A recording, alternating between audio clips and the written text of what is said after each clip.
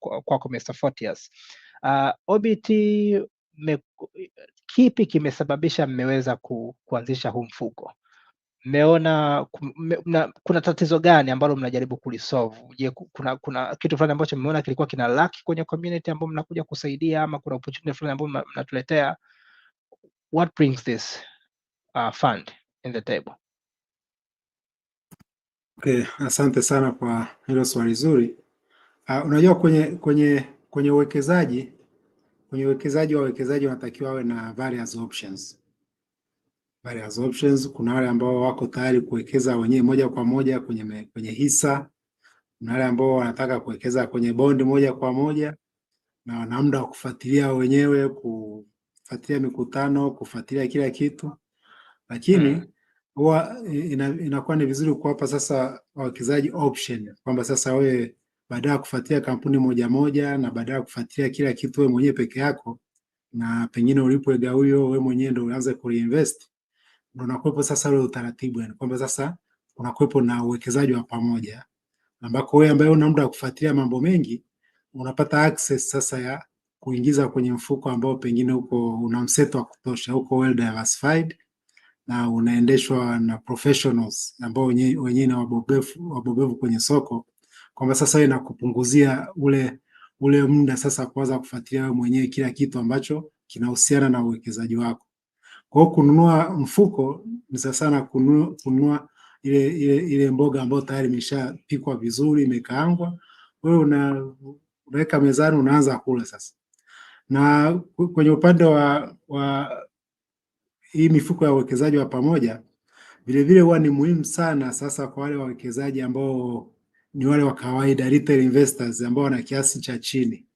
Kwa sababu mtu ukiwa na shilingi kama 10,000, 20,000, 30,000 inakuwa ni gharama kubwa sana kuanza kuwekeza mwenyewe kwenye baadhi ya hizi financial products.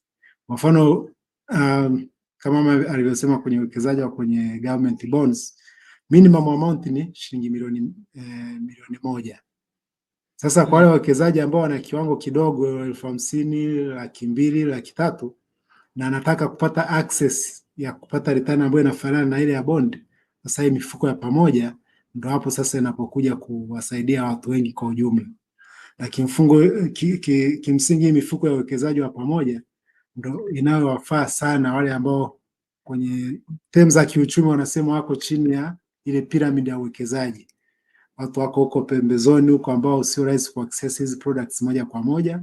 Lakini vile mifuko ya uwekezaji wa pamoja inakuwa ni vehicle nzuri kwa yule mtu ambaye anataka kuwa na regular saving scheme. Kama unafanya biashara yako, at the end of the day ukipata 10,000, 20,000 unataka uitumbukize sehemu ambako unaweka akiba, lakini vile unapata access ya kupata return ambayo inakaribiana na vile viwango vilivyoko kwenye bond au hata kwenye hisa. Kwa hiyo tumeona ni katika jitihada za kuwapa wale wawekezaji wigo mpana wa kuweza kupata sehemu ya kuwekeza pesa zao. Lakini vile kitu kingine ambacho kinapatikana kwenye mifuko ya pamoja, unaona kama ile settlement tunasema ni T+3 kwa mtu ambaye anataka ku-withdraw zile pesa. At least inakuwa na uhakika wa ukwasi. Tofauti na vile umenunua kampuni yenyewe moja kwa moja, inawezekana ukaingia sokoni, soko limebadilika kidogo, inakuchukua muda kupata ile liquidity unayohitaji. Kwa hiyo ni product ambayo inaingia kwenye masoko kuwawezesha wale sasa wawekezaji kuwa na jinsi ya kumanage fedha zao bila kuwa na hassles nyingi yani. Kwa hiyo tunajaribu kuaddress baadhi ya pain points ambazo mtu anaweza akazipata akiwa kwa mfano amewekeza moja kwa moja. Afi kwa ufupi niishie hapo kwanza. Yes, Ami, una any point za kuweza kuadd hapo? Kwa nini mmeamua kutuletea mfuko?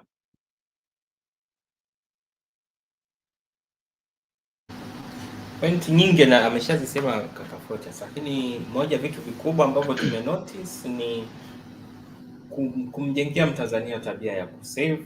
Lakini bwana saikolojia, niliwahi kuwa kwenye somo moja la psychology tulipokuwa mwaka kwanza chuo, tulikuwa tunachagua mwaka kwanza ulikuwa unachagua somo lolote. Mimi ni experiment sana, nilichukua masomo ya philosophy, psychology.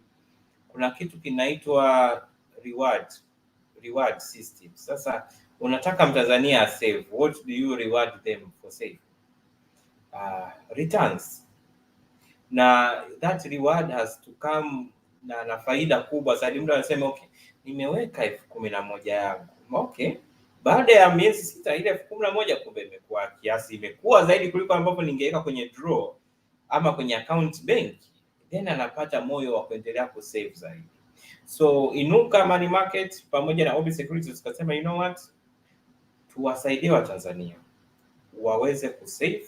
Lakini unajua hii mifuko ya mutual funds, jana aliongea mkurugenzi wa NSSF Uganda, inakuja ni kama anasema, kama ingekuwa upande wa teknolojia ni startups zinakuja kudisrupt model nzima ya watu kusave for retirement, kwa sababu hapo mwanzo, mfano mwanzoni mwa miaka 2000 ama 90, Mtanzania ili ajiandae na kustaafu alikuwa anategemea tu zile akiba zake katika mifuko ya pension. Lakini kama unavyojua 60% ya Tanzania wapo katika sekta ambayo si rasmi. Na uzuri Mr. Fortius juzi tu hapa alikuwa anafanya tafiti ya ukubwa wa sekta ambayo sio rasmi. Tanzania ni kubwa sana kuliko sekta iliyo rasmi.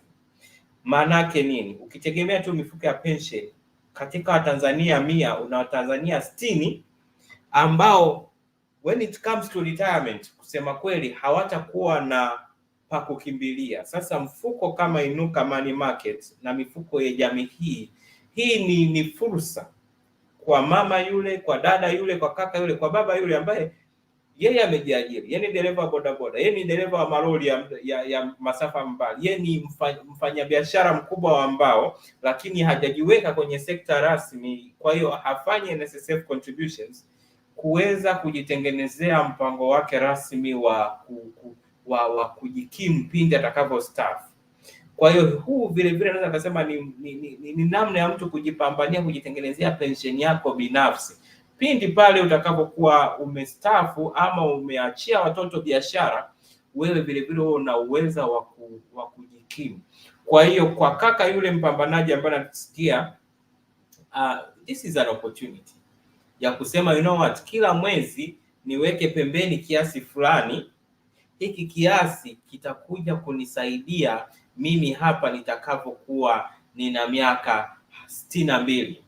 Na trust me, the magic of compounding ni kama uchawi. Hizi namba hizi wakati tunafanya hizo hesabu, mtu ukisave kwa watu wanaamini kinachokufanya uwe huru kifedha ni saving. No, kinachokufanya uwe huru, unaweza ukawa kwa nidhamu ya saving, ambaye ana save kwenye draw, ambaye anaweka hela bank na anaweka kwenye mifuko kama ya kwetu, in 10 years kwa nidhamu ile ile hawa watu watakuwa wana returns tofauti. So kitu ambacho nataka leo mtu akisikie akishike ni kwamba mifuko hii inakufanya saving yako ifungwe turbo, sawa? Kwa sababu when it comes to financial freedom, nidhamu is not enough.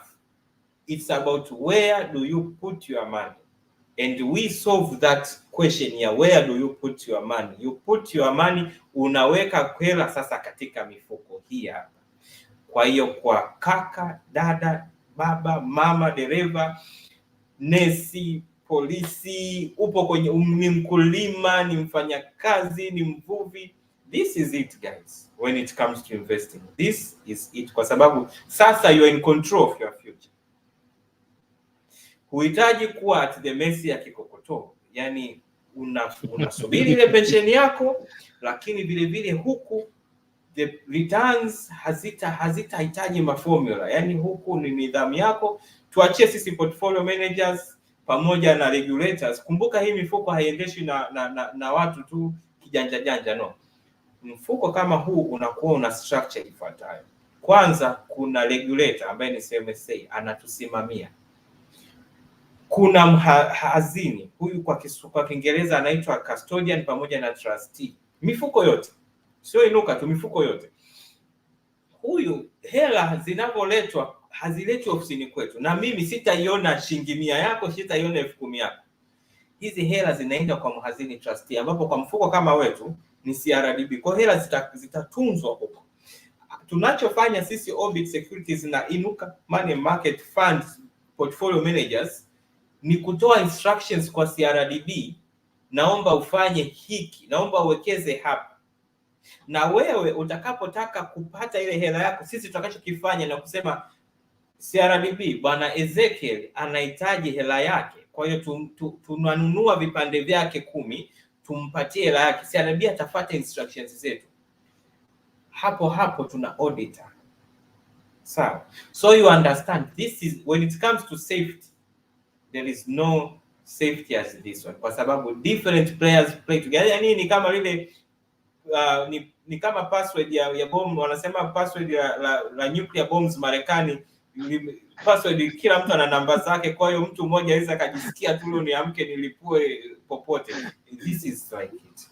Kwa hiyo ni hayo tu kabla sijaanza kusema mengi zaidi. Sawa. Kwako tena Mr. Photius. Investment policy ya Inuka Money Market Fund ikoje? Diversification yenu mpaka sasa hivi mmeshaiamua mnaweka kwenye hati fungani peke yake, kwenye hisa peke yake, ama mna mixi, ikoje? Okay, asante sana kwa hilo swali. Kwanza mfuko wenyewe unaitwa Inuka Money Market Fund. Sasa kwenye hizi financial products huwa kuna money market na huwa kuna capital market. Money market huwa ni zile za muda mfupi, less than 1 year. Hiyo ndio inaitwa money market. Hiyo ndio naijua leo hiyo. Kwa hiyo kimsingi huu ni mfuko kama wa zile short term, yani ule ukwasi. Kimsingi ni kama ukwasi, ila wenyewe umejiongeza zaidi kwamba ni ukwasi ambao unavuka mipaka, kwamba opportunities zikitokea sehemu yote ndani ya East Africa na SADC tuna take your advantage. Kwa hiyo ni kwamba kusudi letu kubwa ni kuwekeza kwenye hizo short term instruments ambazo zina liquidity iko juu zaidi, lakini vile vile sasa kwa sababu money market na tunahitaji liquidity, umejibobeza zaidi kwenye hizi treasury bills, fixed deposits, corporate bonds na treasury bonds. Sasa utaniuliza kwamba kwa nini nimetaja corporate bonds na treasury bonds ambazo zina muda mrefu wakati nimesha limit kwamba money market ni za muda mfupi. Policy yetu inatuambia, nafikiri Ami baadaye atataja kabisa zile percentage. Zile bonds, corporate bonds na treasury bonds, tunakuwa tunazimiliki sio kwa ajili ya kuzikaa nazo mpaka maturity. Policy inasema treasury bonds tutakuwa tunazihold for trading. Kwa meaning tunainunua sio for the purpose ya kukaa nayo kwa muda mrefu. Tunakuwa tunazitrade. Nakumbuka hizi treasury bonds hata kwenye masoko yaliyoendelea, kama unakumbuka hizi treasury bonds ukiwa unainunua na kuiuza regularly, ile faida unayoipata mamlaka za kodi huko nchi za nje wanairigadi kama hiyo ni interest income au account kama ni capital gain. Kwa kama umenunua kwa bei ya chini ukauza kwa bei ya juu, lakini kama unauza na kuzinunua kwa muda mfupi, mamlaka za masoko kwa sema IRS kama Marekani, ili hawataita capital gain na kuicharge capital gain tax, ila wanaipiga interest income. Kuna sisi tuna base humo kwamba okay, tutakuwa tunazikaa nazo lakini kwa kuzi trade. Unainunua, ikitokea opportunity unauza for the purpose of kuhakikisha kwamba huu ni mfuko, lakini unakuwa na access to products nyingine ambazo lakini tunazinunua na kuziuza kwa ajili ya kuongeza faida ya wale unit holders, lakini vile vile na kuhakikisha kwamba tunabaki katika zile investment policy kama zinavyoonekana kwenye ile offer document.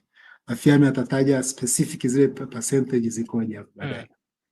Okay. Kwa hiyo hii hamjaweka kwenye hisa kabisa, ama Mark sijaona utaje hisa kabisa kwenye portfolio. Okay, sawa. Hatujaweka kwenye hisa, ziko tu kwenye treasury bonds, treasury bills, fixed deposits, some repos, as repurchase agreement, call accounts. Hizi products zote za muda mfupi. Labda baadaye soko letu tutapata list kamili wakati anatuambia percentages hapo baadaye. Labda ama kama data unazo tayari unaweza ukatutajia kabisa tujue na percentage treasury bill ngapi whatever. Okay, so mfuko wa money kama kwa watu ambao wamepitia document yetu utagundua mle ndani tumeweka mifuko miwili. Tulitaka tuwe very specific na tuwaletee kitu cha tofauti. Mfuko ambao tumeanza nao, ile document ina mifuko miwili. Mfuko ambao tumeanza nao saizi ni Inuka Money Market Fund. Huu ni mfuko kama alivyosema Mr. Fortius ambao unawekeza katika fixed income securities. Tukisema fixed income hizi ni products ambazo zinakupatia faida ambayo inatabilika, iko fixed. Ndio maana ndio dhana nzima ya neno fixed. Mfuko wa pili ambao umeandikwa katika hii document ni DSE Dozen. Hii ni index fund. Huu ni mfuko ambao utafuata baada ya hii Inuka Money Market Fund, na yote mifuko hii tumepata approval. Sasa huu mfuko wa pili wenyewe hautagusa bond kabisa, yani utakuwa wa fund. So we are going also to bring the first index fund kwa upande wa Tanzania. Nadhani wengi wamekuwa wakizoea kusikia S&P 500, FTSE, Russell, sawa, Nasdaq. Sasa we are also going mtatupunguzia sasa jepo, mtatupunguzia pressure wale tunaosoma vitabu, maana yake tunaambiwa wewe unasoma intelligence ya Marekani tu, acha Marekani hapo tuletea Marekani bongo sasa. Yes, sasa tutataka kumtolea mama yule baba yule stress ya CRDB ama NMB. Tunamwambia don't worry, wewe tunachohitaji kutoka kwako ni nidhamu yako, stamina yako ya kuweka hela. Swala la CRDB ama NMB ama wapi tuachie sisi. So we will also come with that index fund. Na hiyo mifuko yote imeshapata approval ya CMSA. Document hiyo ina hizo taarifa zote, ila tukasema sasa kwa safari hii tuanze na money market fund. Huu ni mfuko wa ukwasi. Na sifa ya mfuko wa ukwasi kwanza ni rahisi kuweza kuipata hela yako pindi pale utakapo ihitaji. Na ukicheki katika skimu hii tunasema Mtanzania atapata fedha yake akihitaji ndani ya siku 3. Leo ukinunua kiwanja, ukitaka hela yako unabidi uanze kumpigia dalali yami simu, mimi nianze kutafuta mteja. Sometimes it could take you 6 months. Lakini mifuko kama hii inakulinda na issue zozote za kulinda utu wako. Ndani ya siku 3 chief, hela inakuwa imepata. Na kwa teknolojia ambayo Inuka Fund na build the infrastructure behind it, we expect that also to be even less than 3 days. Lakini kitu cha msingi ambacho kingine mtu anakijali zaidi ni tunawekeza wapi. Ndio hapo tulipokuwa tuna discuss. Sasa mfuko wa Inuka ulisema kitu kimoja, money market hiyo, kwamba sisi tutawekeza katika hizi fixed income securities, lakini tutafanyeje? Hapo sasa tukajaribu kulisoma soko letu likoje na tutatumia mbinu gani, ili vile vile sio tu kuja na product, but kuja na product ambayo moja itakuwa shindani, lakini pili italeta opportunities kwa Mtanzania za kuweza kutengeneza faida na kupata tija. Tukasema sisi tutawekeza katika moja, product yoyote ambayo ni chini ya mwaka mmoja. Sawa, chini ya mwaka mmoja. Hizi products mara nyingi huwa ni call accounts, repos. Repos ni pale ambapo hii ni product ambayo mara nyingi inatumiwa na mabenki. Banks zinakopeshana ambapo collateral huwa inakuaga ni either bonds. Mara nyingi ndio inaitwa hizo repo. Kwa hiyo benki moja inaikopesha benki nyingine, kwa hiyo inakuwa kama inauzia ile bond benki nyingine, yenyewe inapata hela. Alafu katika kulipa ile hela itanunua tena ile bond kwa bei ya juu kidogo. Kwa ile margin ndio riba yenyewe ya kukopa. Sawa. Lakini vile vile hii Inuka Money Market itawekeza kwenye treasury bills. Kumbuka treasury bills ni products ambazo unaikopesha serikali kuanzia miezi 3 mpaka mwaka mmoja. Sawa. Na tukasema hizi products za chini ya mwaka mmoja kazi yake ni moja tu, kulepatia mfuko ukwasi, kwamba Ezekiel leo umenunua, baada ya mwezi mmoja unataka kutoka, kuwepo na product ambayo wewe kwenye call deposit sisi tutakupatia hiyo hela.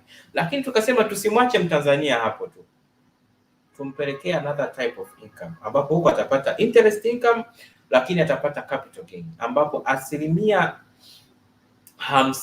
nyingine sasa ya sera yetu ya uwekezaji. Kumbuka hii mifuko vile kitu cha msingi, watu wanaweza kuwa nasikia kwa nini tunataja sera. hii mifuko hatuwekezi kwa hisia zetu, mimi na Fortius, hatuwekezi kwa hisia za Orbit Securities, hatuwekezi kwa hisia za Management Inuka Money Market Fund. Tunaongozwa na sera, na kazi kubwa ya custodian ambayo kwa upande wetu sisi ni CRDB ni kuhakikisha kwamba hii sera inafuatwa. Kwa hiyo hatuwezi kugo beyond. Kwa wale ambao wamewahi kutrade currencies, sijui forex, unasikia investment plan. Sasa hii ni investment plan ambayo sasa inashikiliwa na mamlaka za serikali, so you cannot go beyond it. Ukisema 50% hapa ni 50% hapa. Sasa sisi mfuko 50% mpaka 60 kutokana na hali ya uchumi itakavyokuwa na hali ya soko itakavyokuwa, inaweza ikaa kwenye money market instruments hizo, lakini vile vile 40% mpaka 50% tutakuwa kwenye treasury bonds pamoja na corporate bonds. Sasa huko ndipo vile vile tunakoleta ubunifu wa pili. Hizi bonds tuna mandate ya kuzitrade. Kwa hiyo mwekezaji wetu mmoja atakuwa anapata interest income from zile coupons payments, lakini vile vile atakuwa anapata, kukumbuka sisi tunapokuwa tunazitrade tunazinunua at a low price, tunaziuza at a kidogo higher price kuweza ku leverage on the margin. Kwa nini? Kitaalam sisi hapa ni actively managed fund, yani ni fund ambayo nitataka wawekezaji vile vile hili neno walishike vizuri, active management. Na naomba usilishike tu ukaenda Google huko haraka haraka, naomba ulita fixed income active management. Sawa, maanake sisi tuna zile bonds hatukai nazo until maturity. Na hili swala Mr. Fortius na research team yetu yote tuliumiza vichwa, tukafanya research duniani. Active managed funds ambazo zina trade actively hizi fixed income, they tend to outperform funds ambazo zenyewe zikikaa na bonds zinakaa nazo as trade. Why? Because normal conditions za interest rate markets, riba huwa zinabadilika ndani ya soko. Kwa hiyo hizi funds ambazo huwa zina take advantage na haya mabadiliko ya riba na ku take the right positions, zina uwezo wa kumtengenezea mwekezaji wake faida. So we are the first, sisi ndio fund ya kwanza Tanzania kuwa a regional actively traded money market fund. Na ndio maana tunaenda vifua mbele kabisa tukawaambia kwamba riba ambazo zitatolewa, faida zitatolewa katika fund yetu zitakuwa faida shindani ndani ya soko. Kingine tukasema, je, tujifunge Tanzania tu? Hapana. Mr. Ezekiel nadhani umekuwa shahidi. Toka mwanzo wa mwaka huu kila baada ya miezi 4-5 tutakuta tumetoka kidogo, sawa. Tumeenda Kenya, tukaenda Uganda, tukaenda Rwanda. That was a research for us kuweza kulijua soko, lakini hatukishia hapo. Mimi nilijua tu kuna bomba linataka kulipuka hapa. Maana sio kwa ruti zile. Yes. Tukatoka hapo tukaenda South Africa, tukaenda Namibia, Zimbabwe, Botswana. Kutokana na hiyo experience yote ndio maana tukaja na mfuko ambao una uwezo ukawekeza Tanzania, lakini ukanda wote wa Afrika Mashariki pamoja na ukanda wote wa SADC. Kwa hiyo kumbuka kima cha chini cha uwekezaji ndani ya mfuko wetu kwa kuanzia ni 10,000, lakini baada ya hapo mwekezaji anaweza kaongeza 1,000. So imagine mkulima aliyeko kule soko la yani katika mashamba ya mchele Shinyanga, kwa 10,000 yake saa hizi bwana Ezekiel ana uwezo wa ile hela yake ikawekezwa Tanzania, ikawekezwa Kenya, ikawekeza Uganda. That is the power we have given Tanzanians. Hiyo ndio nguvu ambayo tumempatia Mtanzania sasa. Mama ntilie yule ambaye saizi uko Buguruni, akiweka hela katika mfuko wake, anapata opportunity zote zilizopo katika nchi zilizopo kusini mwa jangwa la Sahara. And tusiongee tu maneno. Naomba nikupe situation ya riba zinapotokea zilizopo sasa katika masoko yetu haya. Mfano tu sasa, Treasury bill, yani kuikopesha serikali ya Kenya kwa kipindi cha mwaka mmoja, mpaka saizi mwekezaji analipwa faida ya riba ya 16.8. Sawa, 16.8. Kuwekeza katika bondi ya miaka 3 Uganda, miaka 3, sio miaka 25, miaka mitatu Uganda, mwekezaji anapata faida ama analipwa riba kwa mwaka ya 13.25. Sawa, mfumuko wa bei saizi Kenya, Uganda wote umeshuka, umekuwa umehover around 4%. Sawa, hizi opportunity kabla ya mfuko wa inuka zilikuwa ni story, zilikuwa ni theory, lakini kwa kuja mfuko wa inuka sasa hizi rates sio theory tena. Hizi ni fursa ambazo ziko mbele yetu, na mwekezaji Mtanzania na diaspora, yani Mtanzania ambaye kama wewe mkuu hapo, these are the opportunities ambazo tumezileta mikononi mwako. Na hiyo ndio Inuka Money Market Fund. Tuna trade actively kwenye fixed income, tunawekeza ndani ya Tanzania na tunawekeza nje ya Tanzania. Popote ilipo fursa katika ukanda wetu, be assured sisi tu. Ni hayo. Sawa sawa, na nirudi sasa kwa Mr. Photius, amekaa kimya muda kidogo. Wakati tuna discuss mambo ya hizi nini cross listed companies, tulikuwa tumeona kulikuwa kuna changamoto ya difference in currency. Sasa kwenye huu mfuko ambao uko Tanzania, uko East Africa, lakini uko kwenye SADC countries, nani atakadili na hii changamoto kwenye huu mfuko? Ninyi mnadili nao wenyewe ama wawekezaji wao itabidi watafute namna ya kuweza kuaccommodate hii ngoma? Ili likoje?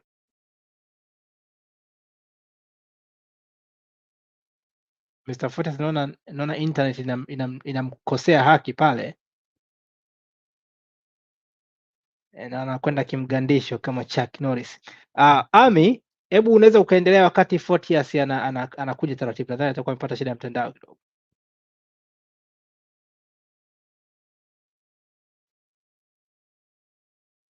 Uko muted.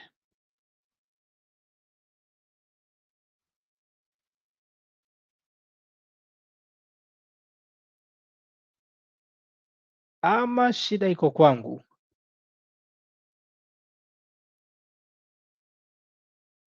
Hello, Ezekiel. Shida ni iko kwangu No, nimesikia hapo, nilikuwa sijajua kama niko muted. Sawa. Nadhani umeuliza swali kuhusu exchange rates. Yes, nilikuwa nimeuliza kwenye hizi mambo za cross listed. Kwamba kwenye discussions zetu kutoka kwenye cross listed company tuliona kwamba kulikuwa kuna shida ya tofauti ya currencies kati kwa mfano ya Kenya na Tanzania, na tukawa tunajiuliza inakuaje Mtanzania anapataje faida. Sasa mfuko wenu unavuka mipaka, mnadili vipi na tofauti ya currencies? Okay, fine. That's a very good question. Na unavyowekeza katika mifuko kama hii ambayo inatoka katika nje ya mipaka, siku zote kitu cha kwanza ambacho tunaangaliaga ni ile risk ya currency. What can happen? Nini kinatokea kipindi ambapo shilingi aidha inakosa nguvu ama hela ya Kenya inakosa nguvu, ama yani what happens? Sasa mfuko wa Inuka, moja, watu watatuuliza unawekeza kwa mtu nikitaka kuwekeza, since unatoka nje ya nchi, unawekeza kwa shilingi ipi, ama kwa dola ama kwa nini? Kwanza people should be rest assured, huu ni mfuko ambao watu wanawekeza kwa nini? Kwa Tanzanian shilling. Kwa hiyo bado hutahitaji kuchange hela yako iwe dola. Lakini how are we going to mitigate currency risk? Kuna products mbalimbali ambazo zipo tayari katika masoko ya fedha kuweza kumitigate hizo currency risk. So sisi kama Inuka Money Market Fund tuna risk management ambayo ikatumia tools mbalimbali za finance, yani financial risk management, kuweza kumanage risk za financial za currency, yani exchange rate risk. Now we will have a very strict protocol on that. Lakini also ukicheki hata statistically, ukiangalia for instance, tumekuwa tukiforgo a lot of gains between, kumbuka exchange rate risk inaweza ikakubeba na inaweza ikakuumiza. Sawa. So itakavyokuwa kwamba the Tanzanian shilling ndio is getting strength, tutakuwa tunatafuta means za kuweza kumitigate that risk. ambapo kuna a lot of products ambazo zinatumika kuweza kumitigate that risk. Lakini also ukiangalia trend, for instance tuchukulie tu mfano wa Kenyan shilling vis-a-vis the Tanzanian shilling. Over time the Kenyan shilling have been appreciating vis-a-vis the Tanzanian shilling in exception ya mwaka 2020 mpaka mwishoni mwa mwaka 2023. Then from 2024 Kenyan shilling imeappreciate tena aggressively vis-a-vis the Tanzanian shilling. So as a result pale automatically kuna currency gains ambazo mwekezaji vile vile anazipata on top of those interest rate gains. Sawa. Kwa sababu riba za Kenya zinapokuwa juu tayari hata ile theoretically speaking hata ile currency ya Kenya inaanza kupata nguvu zaidi. Kwa hiyo ndio maana tunasema opportunities zitakapotokea ziko driven by riba, na tayari riba ikishakuwa nzuri tayari na drive up the exchange rate. Hence tayari mnakuwa katika the good side of that currency. Na because we are not investing katika dola, yani we are not taking a dollar kwenda kuwekeza katika Tanzanian shilling, kwa sababu tayari itakuwa inatuweka katika disadvantage. Tunachukua Tanzanian shilling kwenda kuwekeza katika KES for instance, inatuweka kwa sababu ya long term trend. Wanasema trend is everything, the trend is your friend. Tayari tunakuwa on the good side of that particular trend. Kwa hiyo exchange rate risk is going to be carefully mitigated, na ni kitu ambacho kwetu sisi is the forefront of risk management. Interest rate moves pamoja na exchange rate moves, those are key to us, na ndio maana tupo katika local denominated currency na tunawekeza katika hizo nchi za huko. Vile vile tutakuwa tunawekeza katika local denominated currencies za huko, kwa sababu volatility between these currencies hazipo kali sana ukilinganisha na those powerful currencies kama USD ama yen ama GBP. I say, Mr. Photius, pole sana kwa changamoto ya mtandao, na moja kwa moja bila kuchelewa. Wewe umetuambia mara kadhaa wewe ndo umeanza na elimu yako ya exchange rate toka mwanzoni kabisa.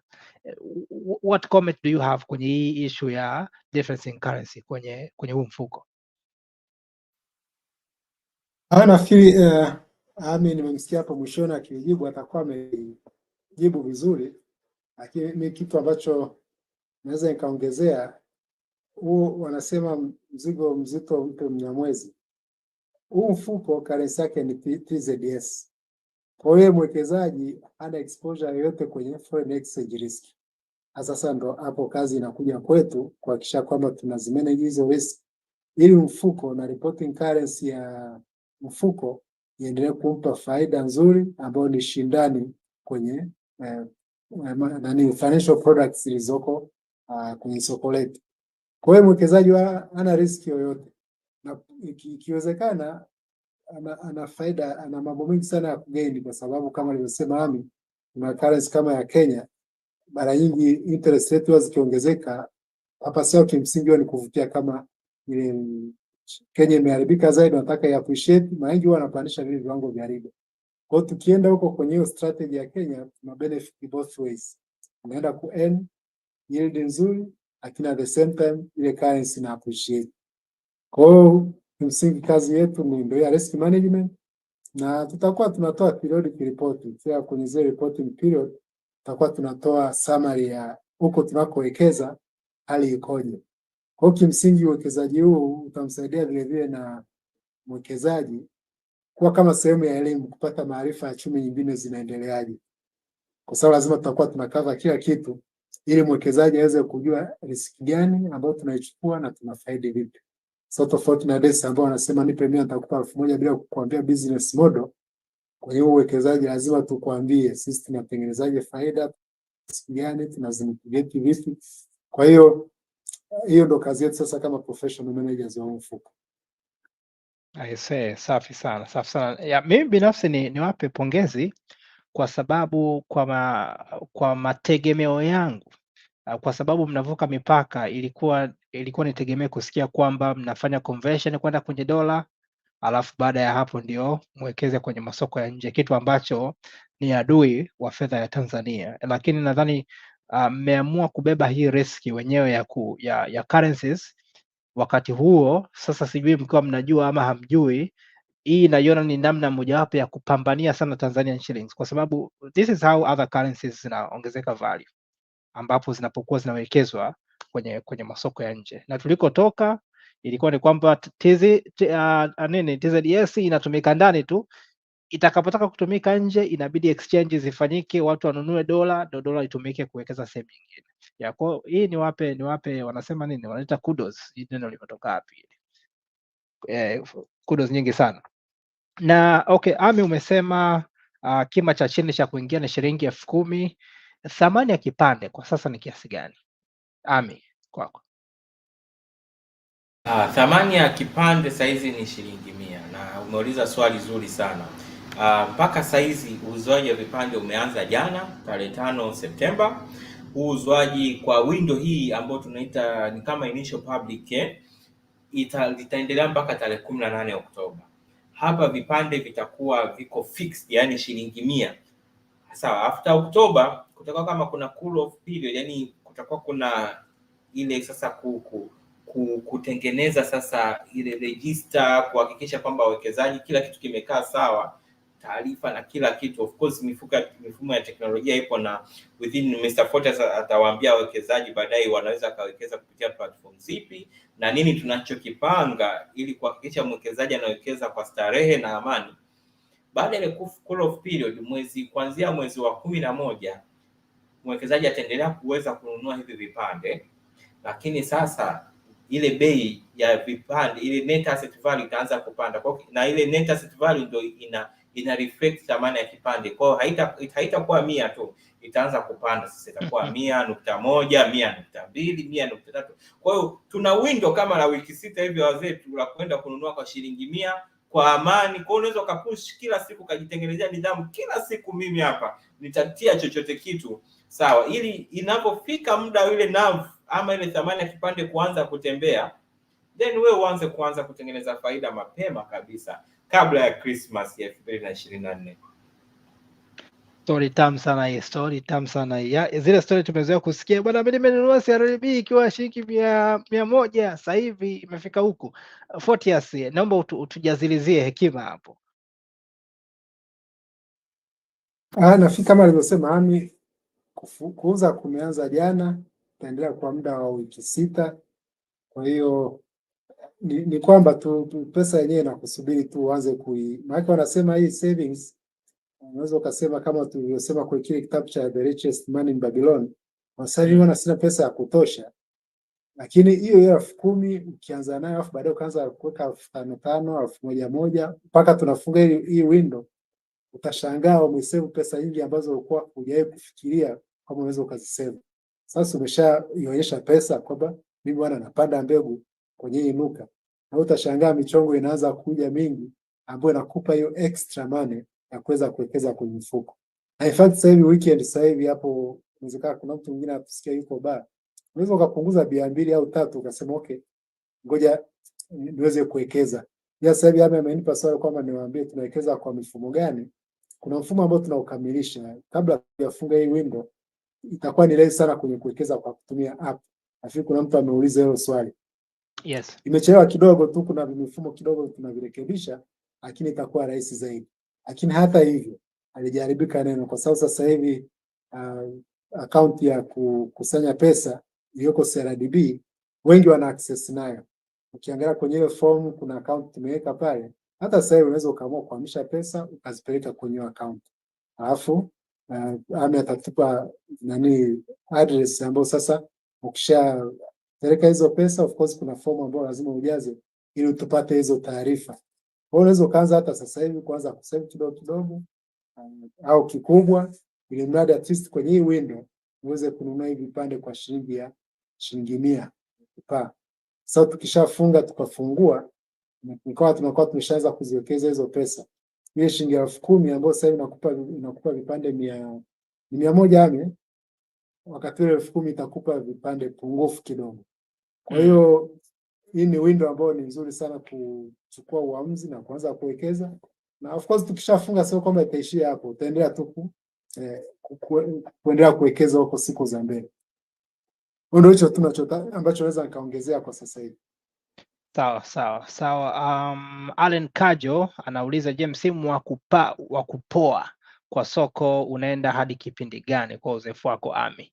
Maana umetoka kuelezea wakati unaeleza recap pale, umeelezea kwamba soko limepoa poa. Anataka kujua linapoa kwa muda gani? Soko la hisa hapa sasa hizi inabidi tuchanganye mambo. No, dividends zikishalipwa, yani kuanzia mwezi wa 6 mpaka mwezi wa 7, mara nyingi kumbuka wachezaji wa Tanzania wanapenda sana magawio. Kwa hiyo dividends zikishalipwa, mara nyingi wengi wanauzaka hisa, lakini kunakuwa hakuna demand kubwa ya ununuzi wa hisa. Kwa kipindi hiki kuna activity chache, watu sijui hela zinazipeleka kwenye mpunga, mimi hata sijui, lakini panakuwa pako idle. Sawa. After that ikianza December tena January, soko lina pick up tena, so bei zinapanda. So muda kama huu bei zinakuwa kidogo ziko chini, ndio maana unakuta Nicole ilianza mwezi wa kwanza ilikuwa shilingi 400, ilipofika mwezi wa 6 ilikuwa shilingi 800, lakini sasa hizi imecool tena, imeshuka mpaka 760. So hicho ndio kipindi kuanzia mwezi wa 8 mpaka mwezi wa 11 bei za hisa kidogo zinaanzaga kuwa suppressed. Yes.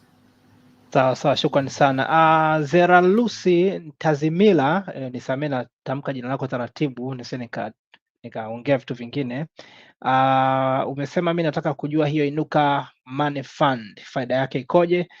Umeuliza hili swali mapema kidogo, na bila shaka Fortes nami wameshatolea maelezo, wameongea sana, ila kama unaona haujajibiwa bado hili swali, naomba uulize tena kwenye comment sasa hivi, alafu tukifika basi tutaweza kujibu. Lakini mwanzoni wakati tumeanza kuzungumzia huu mfuko, Fortes alianza akazungumza faida kadhaa na Ami akaja akaongezea pale, kwa bila shaka umejibiwa swali lako. Goodman Nasa anasema kwenye huo mfuko mmejiwekea kipimo cha return asilimia ngapi kwa mwaka? Nadhani ulikuwa umeshataja labda kama unaweza ukarudia zile asilimia ngapi ambayo mlikuwa mmeshajiwekea. Okay, na hapa ndipo tulipokuwa tunataka tuongee vizuri sana na Watanzania, ambapo ningependa Mr. Fortes kwanza aanze, kwa sababu this is where Tanzanians tunahitaji kuelewa na nature ya mifuko kama hii. Karibu. Yes. Mr. Fortes, uanze wewe kwanza hapo mimi nitafuata. Okay, asante sana portfolio manager na asante Ezekiel kwa hili swali.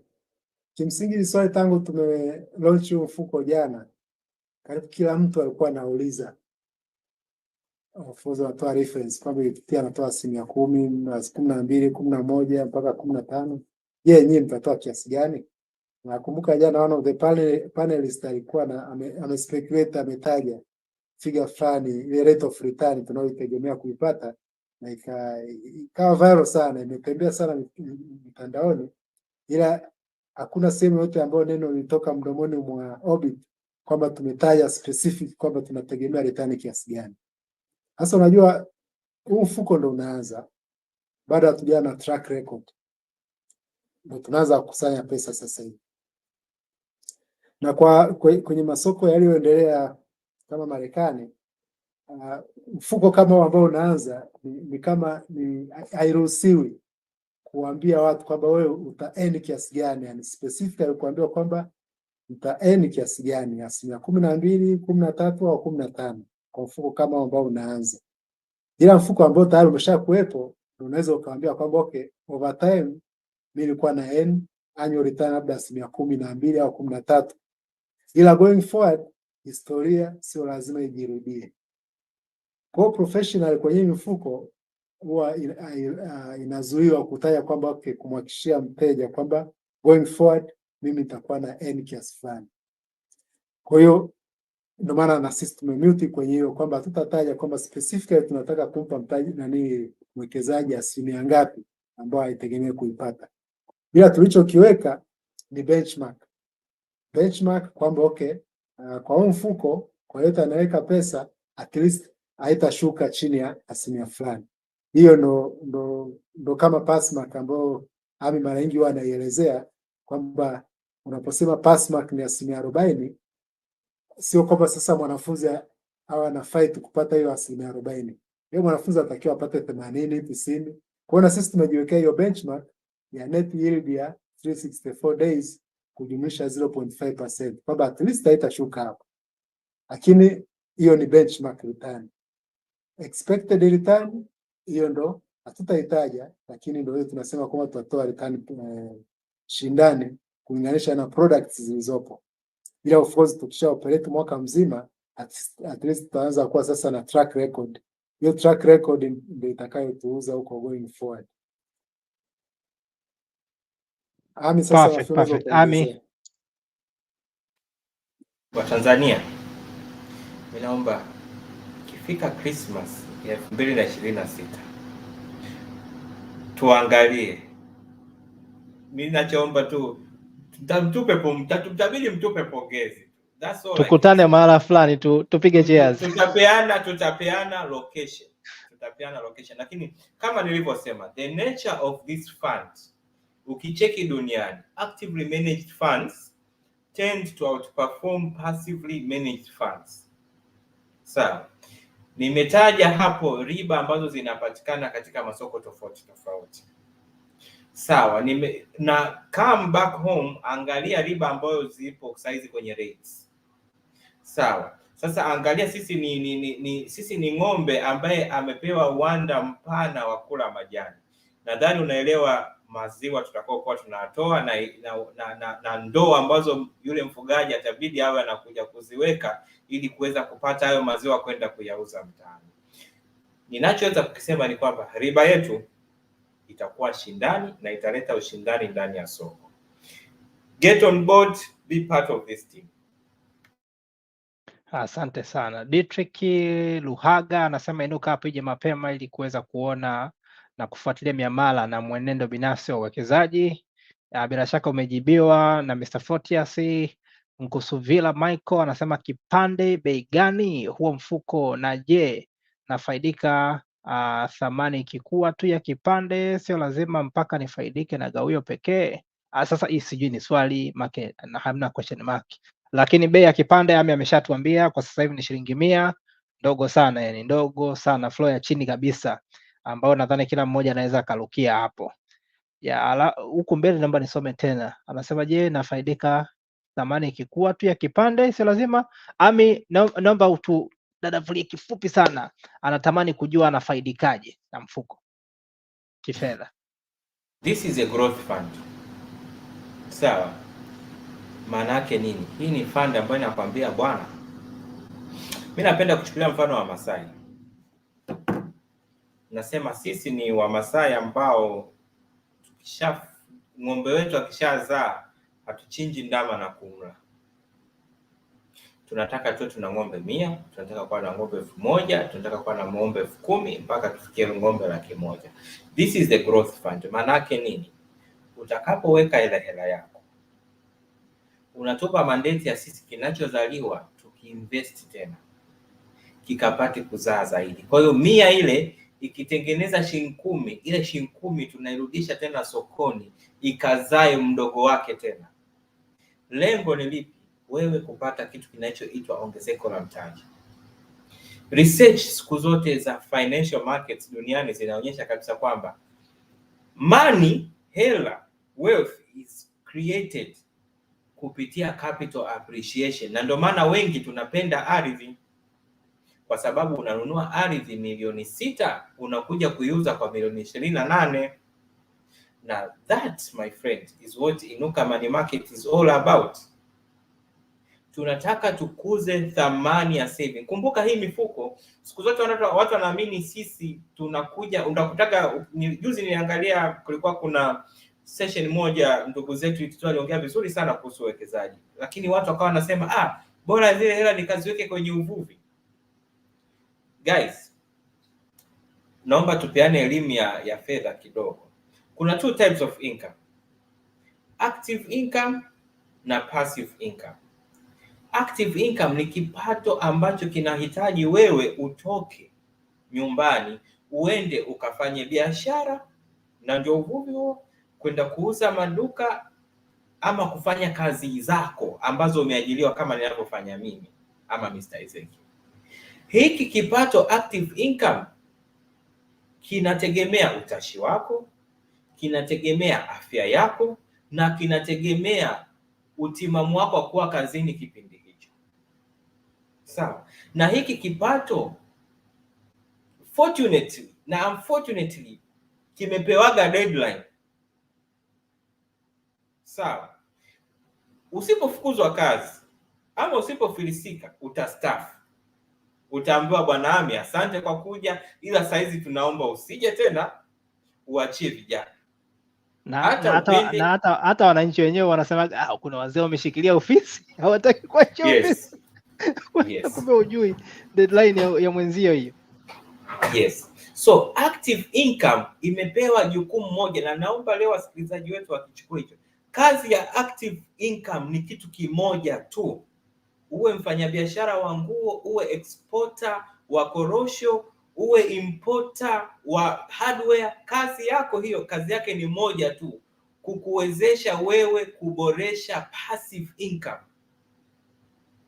Passive income ni kile kipato ambacho hutegemei utimamu wako wa afya, kuajiliwa kwako ama kufanya kwako biashara, havitegemei hivyo vitu vyote. Provided that umewekeza kwenye passive income, wewe utaishi, kwa sababu hapo ndipo unapo passive income. Tunapoongelea uhuru wa kifedha, tunaongelea mwekezaji ama mtu ambaye amewekeza vizuri kwenye passive income, sio active income, passive income. Na ndio maana wachezaji mpira wanalipwa hela kubwa sana as active income. Lakini je, nani hajui kuhusu Emmanuel Ebue, mmoja wa wachezaji wazuri sana wa klabu ya Arsenal, kufilisika? Nani hajui kuhusu Luis Saha, alikuwa ni forward mzuri sana wa Manchester United, kufilisika? Mind you, hawa ni watu ambao wanalipwa dola 80,000 kwa mwezi. Watu wangapi hawajui kuhusu Mike Tyson? Wangapi wanajua Mike Tyson kwa umri wake miaka 60, mwezi huu wa 10 anabidi apigane tena ili tu kupata chochote kitu? That is not the life we plan. Na kumbuka Mike Tyson, mimi nimekuwa, he was a billionaire, lakini amefikaje tena saa hizi tena anataka kuingia tena ulingoni? No one wants to fight at 60, kwa sababu alipokuwa na vibrant active income hakuchukua jukumu la pili la kugraduate. Active income ni primary school na secondary school. To graduate, to become a free person financially, you have to graduate into passive income. And this is where mfuko kama Inuka Money Market unakuja. When it comes to passive income, financial markets are there for you. How? Ndio inakuja mifuko kama Inuka. Wewe kapambana. Wewe ni uko Mwanza, unafanya biashara ya uvuvi, aggressive, pambana kwa nguvu. Hatusemi hii mifuko ni mbadala. No. Hii mifuko ni complementary. Ili chai iwe nzuri, lazima kuwe kuna sukari. Sawa. Ili chai iwe vizuri, lazima kuwe kuna maziwa. Ili ugali hauna ladha mbaya. Ukitaka kujua ugali hauna ladha mbaya, weka mboga nzuri, tutajua ugali mtamu. And this is where Inuka Money Market Fund is all about. Hiyo ugali nimeipenda hii. I say hichi kipande itabidi nikikate, alafu nitakiweka upya, nitakiita master class. Why should I invest? I say umetoa shule moja muhimu vibaya sana. Lazima nikikate, kwa sababu hii video ya masaa mawili watu wengi watakikosa hichi kipande, na lazima watu wakipate hichi kipande. Labda Mr. Fortes anaweza akatusaidia sana, because people underestimate financial markets, kwa sababu wanalinganisha tu kwamba unajua wapi mimi ningeingia kwenye madini. Ingia kwenye madini. Chochote utakachokipata kwenye madini, please kiweke kwenye passive income, kwa sababu over time ukiangalia personal finance, elimu ya personal finance, lengo lako kama kijana, lengo lako kama kaka, kama dada, siku zote jiwekee lengo over time passive income iwe kubwa kuliko active income.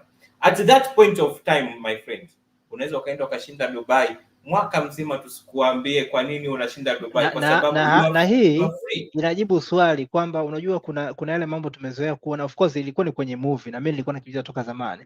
Kwa hivyo kuna watu fulani wanaishi ghafla, sio amesafiri Dubai, kakaa wiki, mara kasafiri wapi, unajua huyu mtu anaingizaje pesa all of this time, ana travel to around, inakuaje? Yeye nilikuwa naona it's impossible, ila sasa hivi naona nimeanza kula shule kidogo. Kumbe bwana, kuna watu wanaishi and the life is very real. Mr. Fortes, tafadhali. Mimi nikiongezea nitakuwa nimeharibu ule mchuzi wa kula ugali. Ameiweka vizuri sana Ami. Nafikiri tuendelee tu kwamba watu wasitumikie tu pesa, waache na pesa iwatumikie. Hicho ndio nilichokuwa najaribu kuongelea Ami. Kwa hiyo sisi ndio tutakuwa active, wenyewe wapumzike. Definitely, I say this in the same spirit. Kuna kitu labda Mr. Fortes could discuss. Ezekiel unapenda sana vitabu. Kuna kitabu fulani cha Robert Kiyosaki kinaitwa the Four Quadrants. Sawa. Yes. Ambapo alisema kuna 4 types of people na 4 types of incomes. Sawa. Kuna self-employed. Kuna employed, sawa, sorry, kuna employed, kuna mtu ameajiriwa.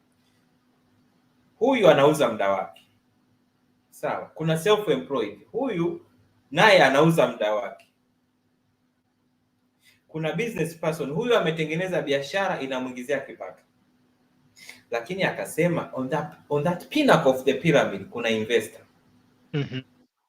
Huyu yeye ameamua kujifree na hayuko time bound. Yes. Hayuko location bound. Kwa sababu mimi kama mfanyabiashara lazima niwepo, kama niko Kariakoo lazima niwepo Kariakoo. Mimi ni mwajiriwa, nimeajiriwa Orbit Securities. I say size nilipo niko ofisini. I'm time bound. Lakini nikiwa mwekezaji naweza ningekuwa Zanzibar. And it's not that I will not be making money. I will be making money. It's that ukigraduate into investing you become, kwenye physics Kakarote inahitaji uzuri na Ezekiel ni physician, unakuwa mambo infinity ya leo, unakuwa kwako muda hauchezi kabisa yani. Yes. Uko sahihi na actually yes Mr. Fortes, karibu sana. Nafikiri nilichokuwa nasema Ami ndio hicho. Unajua ukiwa kwenye level ya investment ya kupata passive income ni kwamba unakuwa unapata muda mwingi. Under normal circumstances una 24 hours a day, lakini ukiwa investor ni kama unaweza ukanunua mida za watu wengine wengi. Kwa hiyo in a day wewe kumbe hauna 24 hours, una infinite time period na watu wanakimbizana huku na huku kukuletea wewe faida. I see, perfect sana. Hicho kitabu umekitaja Ami kimenikumbusha mbali. Na actually ni moja kati ya vitabu ambavyo vilinipa hasira ya kutamani kuanza kujua hisa ni nini. By then nilikuwa I had no idea. Ya nadhani nimekisoma mwaka 2021 nadhani kama isiyo 20. Ya kwa ni moja kati ya vitabu ambavyo ninathamini sana na natamani kuja kukipitia tena kwa mara nyingine. Kwa shukrani sana Nkusuvila Michael, swali lako lime spark debate nzuri sana hapa. Anasema na je, uuzaji wa bondi una wepesi? Sasa asijui alikuwa anamaanisha umo ndani ya mfuka ama nini. Labda Ami unaweza ukacomment tu kifupi sana. Mr. Fortes umekuwa kimya wewe, hujaongea sana. Uuzaji wa bondi ukoje kwa mtu wa kawaida ambaye amewekeza kwenye bondi? Kabla sijaanza sorry Ami, nilirudisha kwa Mr. Fortes kidogo, yeye alikuwa yuko kimya muda mrefu. Nafikiri swali liliulizwa pale ambapo alikuwa ameuliza kitu fulani kuhusu bondi. Kwa hiyo nafikiri kama nakumbuka wakati Ami anaendelea kuelezea naenda akauliza hilo swali ambapo kimsingi nahisi kama anajaribu kuuliza ni kwamba liquidity ya bondi ikoje ukishainunua. Kwamba uuzwaji ukoje. Ukishainunua ni kwamba bondi zote zinakuwa listed kwenye Dar es Salaam Stock Exchange na liquidity iko ya kutosha.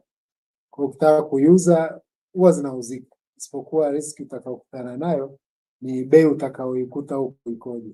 Ndio kidogo unaweza ukanunua kwa bei kubwa ukaiuza kwa bei ndogo. Lakini kwa sasa hivi treasury bonds za Tanzania zina liquidity hali ya juu, na labda huyo muuliza swali kuna kitu ambacho tulisahau kumuelezea kama ni mtu mgeni, ni kwamba kufungua akaunti ya kwanza kuwekeza kwenye bondi ni rahisi sana. Kwa hiyo kuna fomu ambayo kama anaweza akatupatia namba yake, tunamtumia fomu ambayo anajaza majina yake, information zake zote, vitambulisho, anaweka picha moja, anaweka bank details, alafu anaturudishia kwa kuambatanisha na TIN, ile kivuli cha TIN pamoja na NIDA. Basi anafungua account. Kwa muda wote kama nilimwambia Ami kwamba kuna kalenda ya uwekezaji, yeye sasa atawasiliana na sisi kama anataka kuwekeza ili sasa tuweze kumpa utaratibu wa kuleta pesa kwetu na kuziwekeza. Lakini kwa upande wa liquidity, hiyo ni mhakikishie kwamba liquidity angalau ipo kwa hizi bond za Tanzania. Okay, sawa. Ami, ili swali nalileta kwako. Justin Noah anasema kuhusu mifuko, na hisi nitajifunza mengi mnavyoendelea, ila naomba mkipata nafasi mnisaidie maelezo japo kwa ufupi kuhusu hizo option tofauti za uwekezaji ikiwemo bond, fund na kadhalika. Unamsaidiaje mwekezaji mpya kujua achague nini? Achague fund, achague bond, achague hisa? Ami. Perfect. Na that's where today nipo sijui kwenye spirit ya vitabu. That's why kunakuja kile kitabu cha The Richest Man in Babylon. Kuna the 5 rules of making money, kwamba alikuwa anasema, nakumbuka kwamba katika mayai 10 then tenga moja. Sawa. Ukishalitenga lile moja, next time usiliache. Sawa. Yaani ukisha save hela, ukishaisave usiache. Go invest it. Lakini vile vile akatoa condition kwamba kawapatie ile hela watu ambao wanajua nini cha kufanya ili kuifanya hela yako izae, kwamba you have to give kwa sababu yule kijana alipopata ile hela mara ya kwanza alipeleka kwenye uwekezaji ambao yeye hakuwa expert, akaipoteza. Kwa hiyo akasema the second lesson impatie mtu ambaye ana expertise. Sawa. Sasa hizi products, kuna products kadhaa ndani ya soko. Kuna hisa unakuwa unanunua umiliki ndani ya kampuni. Na ukishanunua umiliki, kampuni ikitengeneza faida, you do really well. Lakini kampuni ikifanya vibaya, kwa sababu wewe ni mmiliki, mind ni kama wewe kununua basi daladala. Daladala ikiendelea kufanya kazi bila kupata ajali, you are making money. Ila likipata ajali, mle muda ambao utakuwa garage, my friends, ni hela inatoka, si ndio? Bonds ni unaikopesha either serikali ama kampuni binafsi. Na huu uwekezaji wote huo unaufanya wewe mwenyewe directly. Atakachokifanya Mr. Fortius ama Ami ama broker yoyote yule mwingine ni kukupatia maoni, lakini mwisho wa siku maamuzi ni yako. Kwako. Na option ya kuuza ama kununua mwisho wa siku inakuwa yako. Sawa. Over time, wengi wetu sio professionals. Sawa. Wengi wetu tuna shughuli nyingine, hizo active income. So kuanza kufuatilia, tujiulize, let's be honest, kwa wale ambao tayari wanaowekeza, let's be honest, do you have the discipline ya kuangalia website ya DSE kila siku? Wengi utakuta ni mara moja sana. Sasa mifuko ya uwekezaji wa pamoja inakujaje? Inaamua kusema, you know what, kaka, dada, usipate stress ya kufuatilia hii minada, usipate stress ya kuangalia liquidity ya bondi ikoje. Hayo mambo yote waachie mtu mwingine. Sasa unafanyaje? Wewe kazi yako weka hela tu. Ila swala la mnada ni lini, bei ya bondi itakuwa nini kwenye mnada, na muda upi niuze hiyo bondi, muda upi nilipo hiyo kupone hiyo bondi, muda gani ni strategize kutengeneza mseto mzuri wa hizo bonds, hiyo kazi naomba niwaachie Orbit. That's where we come in na mifuko kama Inuka.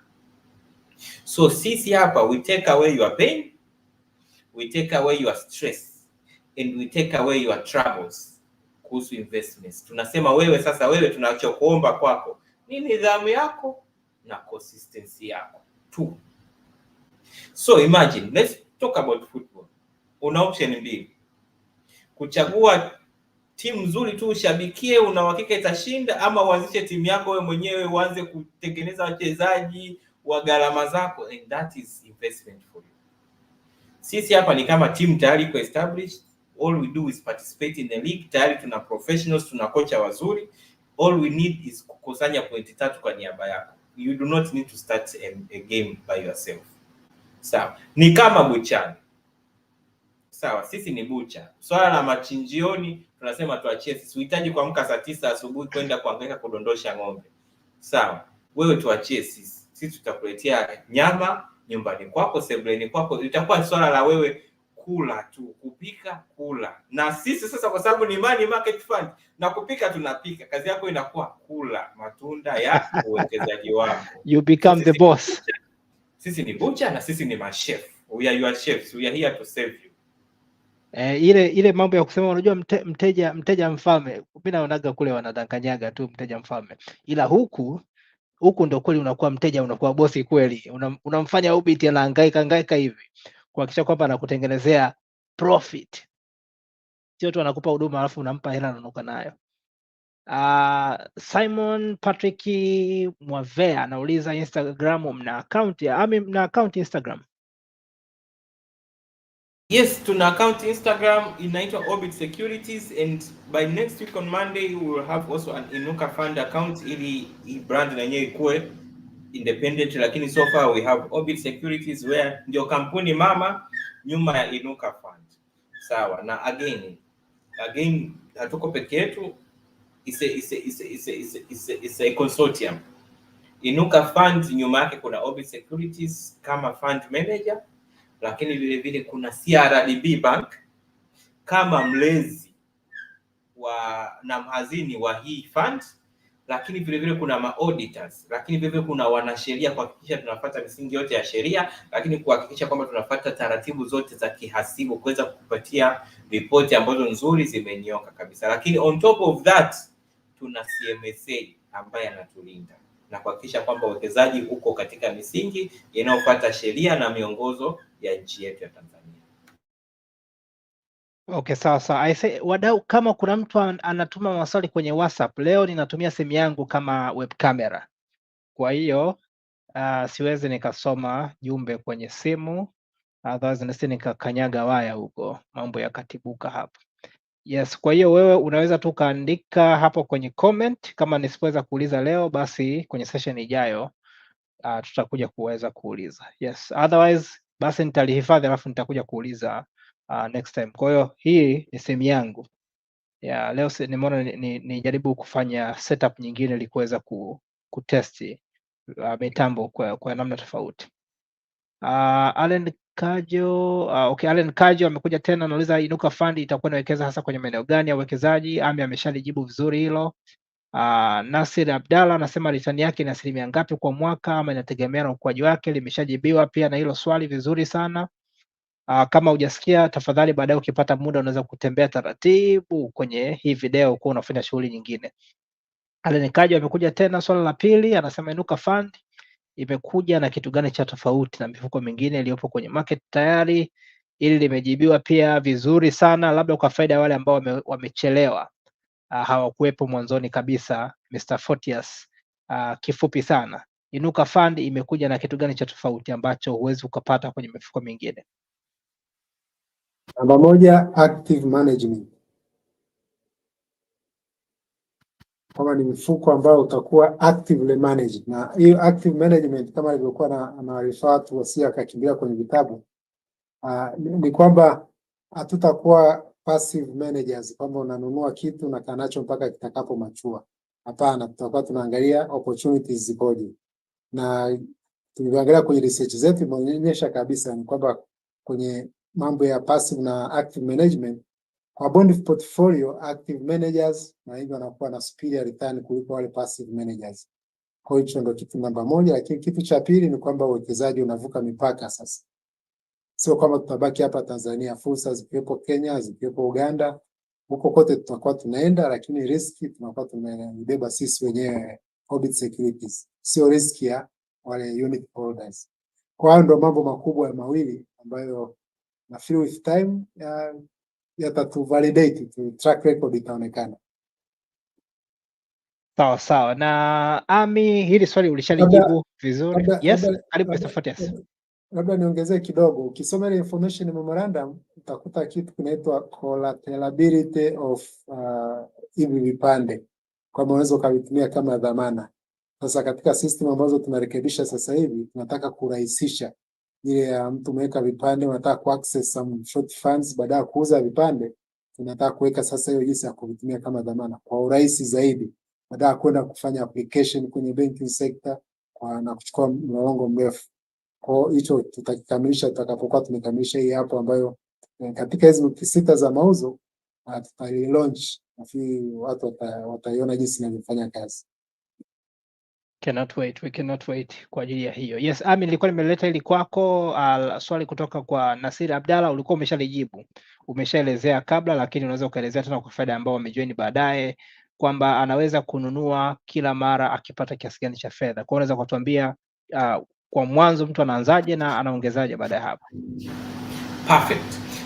Kukidhi mahitaji ya Mtanzania na kuhakikisha kabisa kwamba Mtanzania yoyote anapata fursa ya uwekezaji.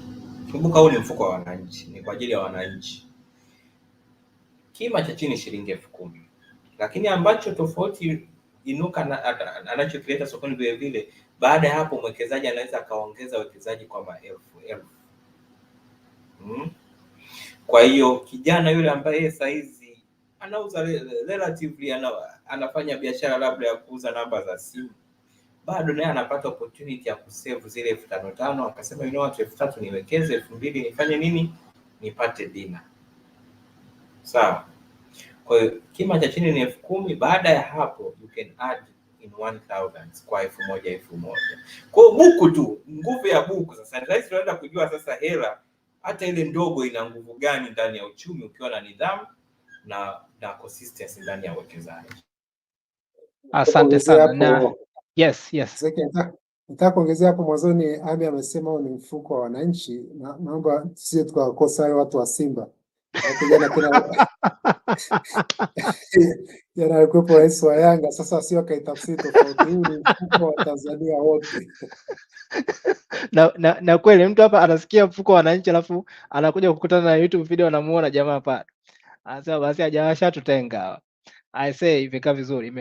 Yes, nilikuwa nasema ni wa challenge pia ambao mnasikiliza hapa. Maana sio wote ambao mnasikiliza ni hampo kabisa kwenye maeneo, na najua mnafahamu vizuri, ila mnajaribu kufuatilia update. Weka comment yako hapo kwenye comment section. Weka tu sentensi moja kifupi, unadhani mtu anaweza akafaidikaje kwenye uwekezaji kupitia mifuko ya pamoja na haswa Inuka Money Market Fund. Unadhani mtu anaweza akafaidikaje?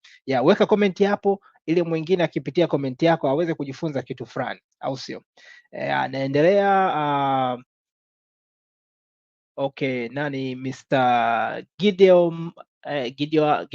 Gideon Amani Mares anasema kuna takwimu mnazoweza kutoa kuonesha kuwa soko la SADC ama East Africa lina fursa zaidi kuliko kubaki tu hapa Tanzania, au ni kwa ajili ya diversification tu, Mr. Photius?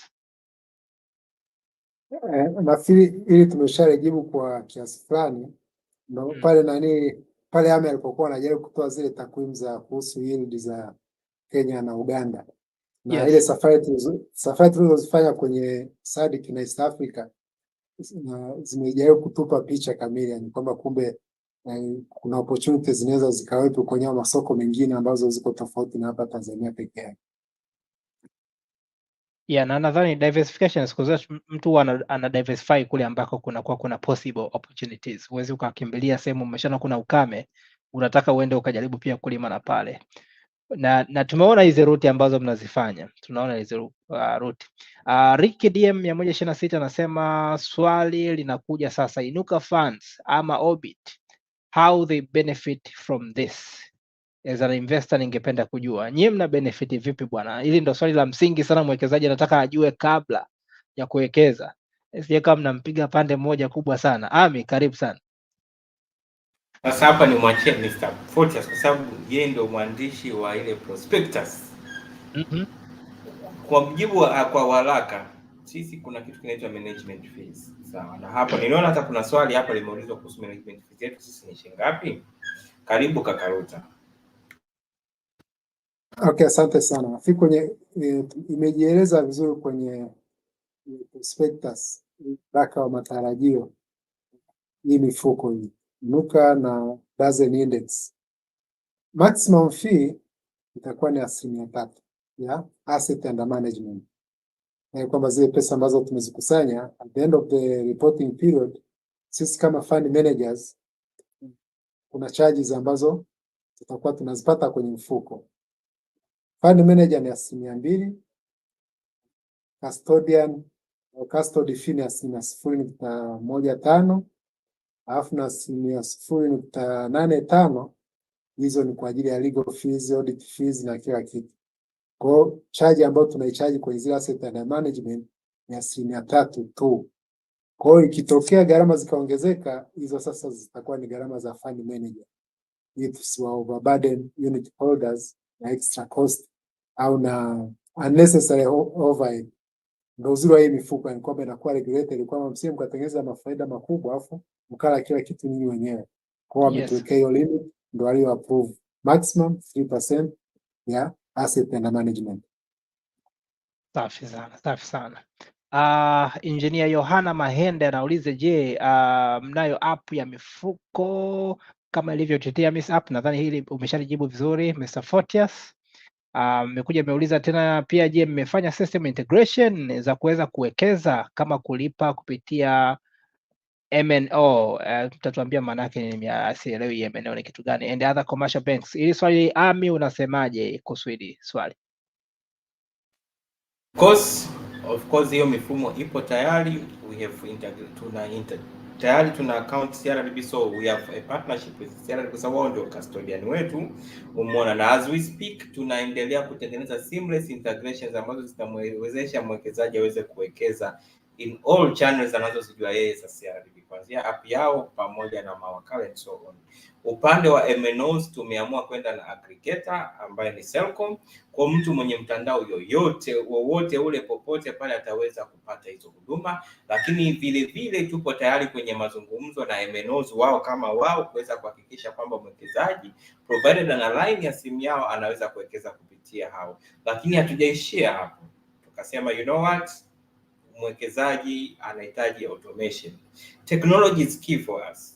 Kwa hiyo as we speak, when our final stages za mobile application, kuhakikisha kwamba mwekezaji anawekeza kupitia mobile app popote, na that will be, I dare to say it will be a state of art mobile app ambayo itampatia mwekezaji sio tu platform ya kuangalia uwekezaji wake, lakini kuna kitu muhimu sana kwenye finance sasa hizi kwa miaka 10 iliyopita kinaitwa behavioral finance. Ile app ilivyotengenezwa entice mtu, itamuelimisha tu kabisa mtu kwamba you know what, I need to invest. Sawa, itaenda kustimulate behavioral finance na kumjengea tabia ya kuweza kuwekeza. So we are working on that, it is on the final stages. So now we have launched, lakini as we are launching tunaendelea kupush a lot of things. Kwa wale ambao wameshawahi kufanya mambo ya ku-launch tech investment, unajua kuna a lot of things behind the scenes, including penetration testing, including system audits. Kwa hiyo infrastructure inaweza ikawa tayari, lakini kuhakikisha kwamba hii app haitapotea ghafla. Sawa, hii app haitakuwa vulnerable to any attacks. That's where we are at this particular moment. Sasa hapo hilo swali limekuta mtu wa system mwenyewe, limefika nyumbani. Sindabaha Boya ana credit anasema, sasa mfuko wa Inuka una kitu gani special kuliko UTT? Nadhani hilo swali limejibiwa kama mara 2 hivi. Ray Will anasema, je, mtu anaweza kununua wapi? Mtu ananunuaje vipande vya huo mfuko? Sasa hapa sisi nimuulize nani? Ami, wewe ndo mtaalamu wa hizi practical information. As of today, na hii itakuwa kwa siku 14 tu kuanzia sasa, unawekeza kupitia, kwanza utajaza form zetu ziko, we have created a PDF form ambayo ile PDF form unaweza ukatype mle ndani, utajaza ile form and then utadeposit, utanunua kile vipande kwa kudeposit hela yako katika account ya Inuka Money Market collection account ambayo iko CRDB. Hii account ndio account ya makusanyo, ama ndio account ambayo mnunuzi anaponunua hivi vipande anaweza kupata hiyo huduma ya kununua hivyo vipande for 14 days. After that everything will be streamlined kwenye mobile app ambapo MNOs will come in pamoja na banks.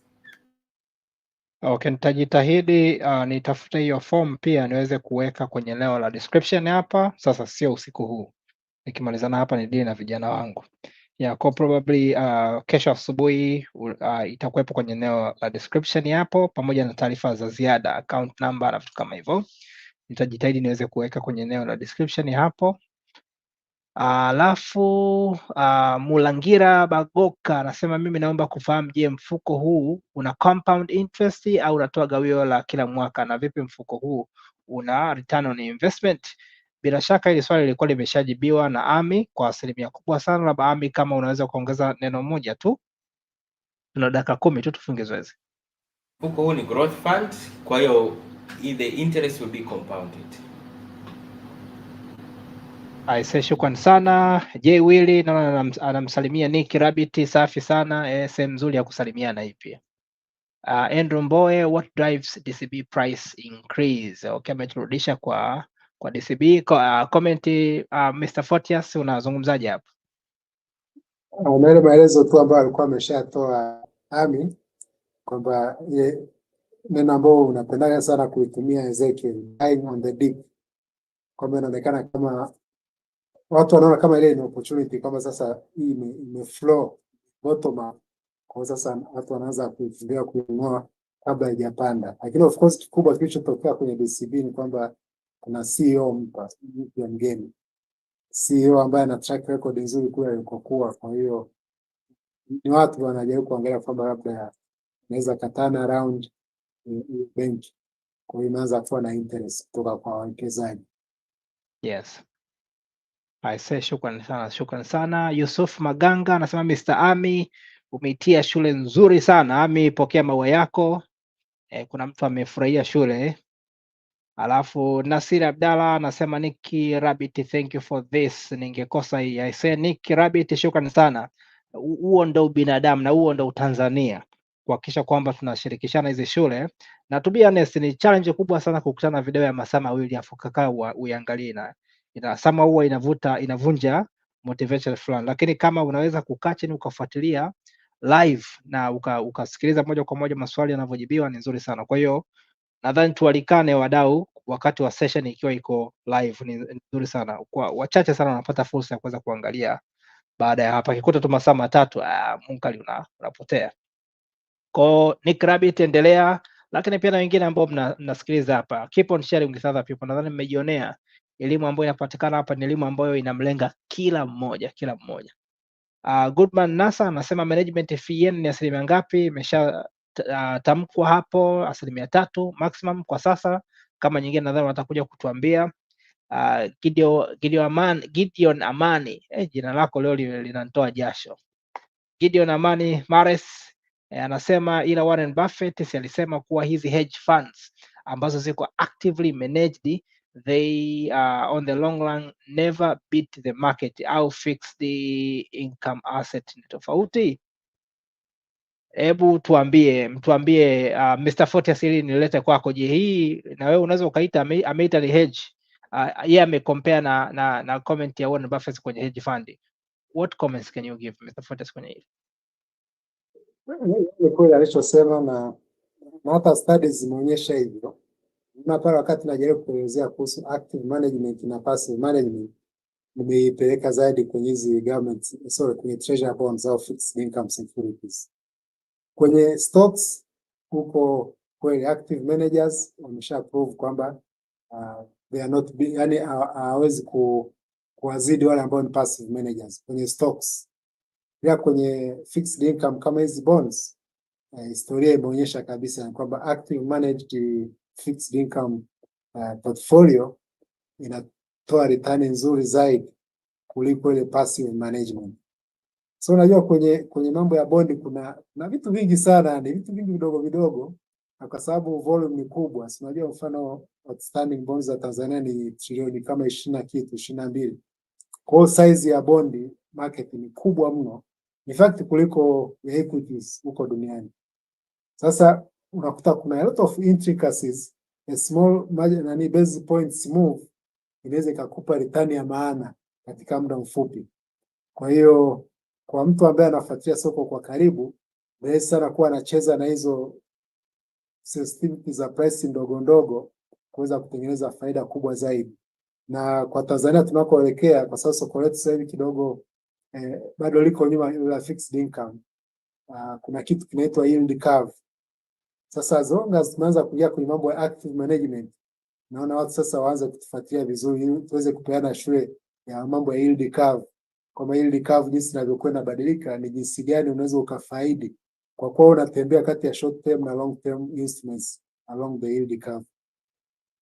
Kwa hiyo tuendelee kuwa kwenye the same page, mtayaona mengi, tutafundishana mengi na tuendelee kuchangia na kuulizana maswali. Nafikiri wote tutafaidi in the process. Sisi tunajifunza, lakini at the same time tutakuwa tuna deliver faida ambayo ni shindani kwenye hizi capital markets. Yeah, shukran sana. Ami, umezima video, I hope uko around. Otherwise basi ya direct maswali yote kwa Mr. Photius. Okay, Omex Junior anasema nimeona net asset value inabadilika kila siku saa 10 jioni, kwa hiyo nikiweka pesa baada ya huo muda itahesabika kesho yake baada ya saa 10, ukizingatia mmeandika inachukua 3 to 5 working days kuingiza units bought kwenye account. Unaijibuje hiyo Mr. Photius? Kwa kipindi hiki ambacho tuko kwenye IPO, kwa hizi wiki 6 net asset bei itakuwa ni hiyo shilingi 100, ambayo kimsingi ndio hiyo net asset value, kwa sababu ni kwamba tunakusanya pesa baada tujaanza kuziwekeza. Tunazikusanya for 3 weeks, for 6 weeks. Tukimaliza kile kipindi alichokuwa nasema cha cool off period, tunafanya reconciliation, tunapeleka ripoti kwa mamlaka CMCA kwamba bwana, tumekusanya pesa kiasi fulani kwa ile ruhusa mliotupatia. Sasa wakisha approve ile register, tutakapoanza kuwekeza, na ndio hapo net asset value itakapoanza kubadilika. Sasa kwa ndio tunachoweza ku comment kuhusu net asset value kubadilika kwake pale tutakapoanza kuwekeza, kwamba obviously ni kwamba net asset value kila siku itakuwa inabadilika, na tutakuwa tunaipublish kwenye website yetu. Kwenye website yetu kutakuwepo na page ya Inuka, tutakuwa tuna publish jinsi inavyokuwa inabadilika. Sawa. Basi tumekaribia muda wetu wa kuweza kufunga, kwa hiyo ikifika saa 3 kamili nadhani nitalazimika kufunga. Kama kuna maswali yatakuwa yamezidi, tutayaweza kuya transfer mpaka kwenye session ambayo inakuja. Ami, naomba nilete ili kwako. Anasema nimeona pia date of acceptance ni kati ya saa 3 asubuhi na saa 10 jioni. Kwa hiyo kabla ya saa 3 asubuhi ni haihesabiki au inakuwaje? Imekaje hiyo Ami? Mr. Photius, naomba I think Mr. Photius will be the right person to answer that, kwa sababu ipo tu pale as part of kwenye definitions, na we have had a lot of questions on that.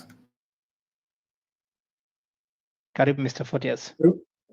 Naomba nirudie hilo swali wakati anasema date of acceptance imewekwa ni kati ya saa 9 mpaka saa 10. Sasa sijui ni sahihi kusema date ama kusema ni time. Kwa hiyo kabla ya saa 3 asubuhi akiweka inakuwa ihesabiki ama inakuwaje? Ama transaction haikubali? Of course transactions zinakubalika ni throughout the day 24 hours. Ya kideposit pesa zinakubalika. Isipokuwa hizo tarehe zinawekwa kwenye kulimit ile kwamba si akaweka pesa sasa hivi alafu baada ya saa chache akategemea hiyo aliyonunua labda kwa certain net asset value hiyo imeongezeka. Kwa hiyo tunajaribu kuweka limit kwamba kama umeweka kabla muda fulani, at least wewe utaanza count kwamba imeanza kuzalishwa baada ya muda fulani. Sasa zinapowekwa zile pesa inabidi sasa zihamishwe kwenda kwenye investment account kwa ajili ya kuziwekeza. Lakini kupokea pesa ni 24/7. Sawa. Basi mimi nadhani kwa leo tuweze kuishia hapa. Nasiri Abdalla, utaratibu wa kununua umeelezwa na Mr. Ami mara kadhaa, lakini pia nimeahidi nitaweka maelezo ya ziada kwenye eneo la description ya hii page ya YouTube. Kwa nitaweka maelezo kwenye eneo la description, utapitia pale. Nitajitahidi pia niweke na hiyo PDF form ambayo ameelezea Ami, pamoja na taarifa za ziada kama account number na kadhalika. Ya kwa wengine nadhani nitajitahidi nitaweka mark kwenye hili swali hapa kwenye session ijayo, basi tutahakikisha tunaanza haya maswali kabla ya kwenda kwenye maswali mengine. Niwashukuru sana tena Ami na Photius kwa ajili ya muda wenu ambao mmeudedicate kwa ajili ya hii session, na nishukuru zaidi kwa ajili ya elimu ambayo mnaitoa. Watu wengi wanatoa feedback kwamba this is really helping. It's really helping. Kwa hiyo asanteni sana na niwatakie jioni njema. Asante sana, na wewe jioni njema na wikendi njema. Aisee, shukrani sana. Chao chao. Asante sana. Shukrani.